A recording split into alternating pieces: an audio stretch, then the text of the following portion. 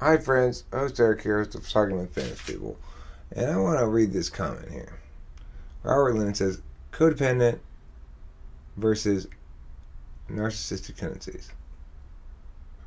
I'm assuming the hyphens are not minuses. Codependent versus narcissistic tendency, a matter of level, awareness, and control of behavior.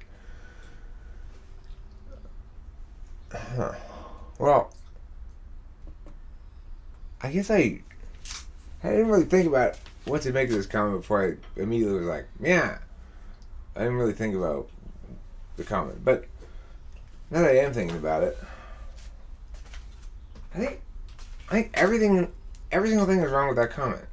I can't think any. I would, normally just be like, well, I like this part of it. I think this is right, just to generally be balanced. But no, nothing in my video talked about codependent tendencies. Narcissistic tendencies were talked about in terms of Harvey Weinstein, maybe, but beyond that, general douchebaggery, I don't call that narcissistic tendencies unless it is getting juice by being bad. Then it's narcissistic. If it's just sloppiness, it's different. And I think lots of douchiness in the world is insecurity and or sloppiness or whatever. And this thing, a matter of level, awareness, and control behavior. Level, huh? Like, I'm a level 10 paladin or what? And what was the next one? Level and awareness. Control behavior. Well, awareness, I agree with that. Actually, there's the part I agree with. I think it's important to... Well, awareness wouldn't be exactly what I used to say. I think it's important to create the narratives and be aware of how the narratives, of which narratives you want to create, what kind of narratives you want to create. That's not really awareness so much as it is proactive moral agency or something. So, I'm gonna mute noisy pants here.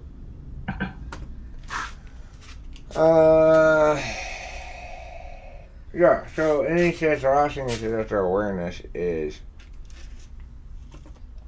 we'll go back to the codependency. Control behavior.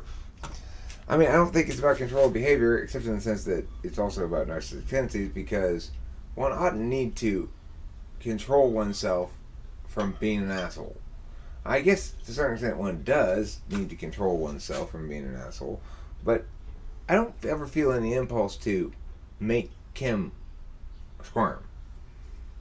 Maybe squirm a little bit, but not hurt at all for sure. But even squirming, it's like when I realize that she's not budging and she's shutting down, I don't take any. There's no juice there, you know. I want to go back to the codependent thing. A passionately devoted monogamous relationship is either not codependent at all, or codependent is an entirely good thing. One of those two is the reality. So I might sound as though I'm engaging in codependent behaviors when I'm always talking about Kimberly, framing things through Kimberly, yada yada yada. But that's not the case at all, frankly. And when it comes to decision making, we each make our decisions concurrently insofar as they work for both of us. And when they don't, there's no way Kim's getting steamrolled, and there's no way I'm getting steamrolled. We're both 8s. We have to actually compromise, sort of, or pull back from 8-ishness. I have to, usually. Kim's a little... because the thing is, that's how Kim's 8's so effective. Kim's 8's the kind of thing that says, alright, fine, then we'll just let the whole world blow up. I don't care. Fuck you too. And then you go, okay, fine, I'll stop being like this. That's not codependent. That's like two people who genuinely adore each other and who have 45 years of selfishness under their belts. Kim and I are extremely practiced at being selfish. I think it's fair to say both of us are. Not necessarily with everybody. I don't think Kim was ever selfish with her son. I was probably selfish with Delilah sometimes, but in terms of romantic relationships, I think we both come into this one with a fundamental selfishness. Hers often probably looked a lot less like selfishness than mine, but it was a selfishness of wanting fish to fly, and that's why you keep throwing the goldfish from the aquarium out the window. It's not fair to the goldfish. You're getting your hand wet unnecessarily. It's just generally a bad idea. So my point is, if I can remember it, that state of affairs represents Kimberly's approach towards being selfish. She was being selfish by throwing the goldfish out of the aquarium out the window. No matter how much she believed in the fact that fish fly, she needed to find one that actually did before taking it out for a skyward soar through the clouds, you know? And as a consequence, we were both that kind of selfish. And that's how everyone's selfish. Everyone thinks, well, I need what I need from a relationship from this person. This person needs to provide me that. On some level, that's where the selfishness comes from. Unless, of course, they're with their dual, because then they actually get what they need and they don't feel that way anymore. So, no, Rolandovich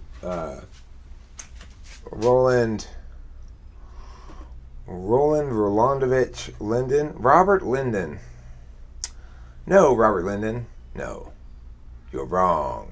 So wrong. You're dead wrong. Control of behavior. I don't have to control myself. Not when things are going right, you don't have to control yourself. When things are going right, you always have to be aware in some sense, so it's not any different than when things are going badly. And in terms of the I shouldn't have smoked so much weed before making this video. In terms of your level, well, sometimes I might use like stages of development levels and stuff. I'm not entirely opposed to it, but it feels a little like let's make metaphysics into karate. Anyway, thanks for watching. Don't forget to eat plenty of cheese. I get that I made a lot of extra meaning out of your comment, Robert Linden. It was sparse enough that you could defend it easily enough as not intending the meanings I drew from it. If you want to make that line of argument, I guess it wins the ground, you know. So, Susie, any thoughts? How aware are you of what? Codependency and narcissism within the relationships around you. Codependent and narcissistic tendencies within relationships surrounding you. Do you have high awareness? Low awareness? I don't think I have much of that. Do you control yourself to prevent yourself from being narcissistic and or codependent? Or are you naturally neither? I don't see the necessity for any of that. I see. And does that make you level 10 in terms of self-development? Maybe I'm super narcissistic. Do you think I'm codependent like Kimberly? Know. What's the definition of codependent anyway? I don't know. Maybe a little bit. But are you codependent just because you like spending time with her? I mean, it would ruin my life if she were to go away. So would that count as codependent? But it also counts as true love. Are you saying all true love is codependent? Maybe. Maybe, huh, Robert Landon? Maybe that's what you're saying. Maybe you just hate love. Well, a lot of people don't believe in it, so... Yep, people who aren't with their duels don't believe in it. It's called experientially induced wrongness. Did you believe in it? No, not at all. Really. I believed in love as a behavior. I didn't believe in a status you attained with one person only kind of thing. Everyone was ultimately replaceable, I figured. You're not replaceable, though. That's the thing. But you believe in soulmates now? Mm-hmm. That was stupid before? Right. Well, that was before I realized that I was literally born with an imprint on my soul that caused me to seek this exact other human being. And that once we combined, our Wonder Trends powers activated.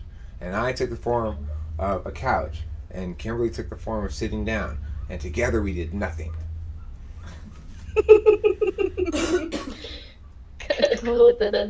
Nothingness. Yeah.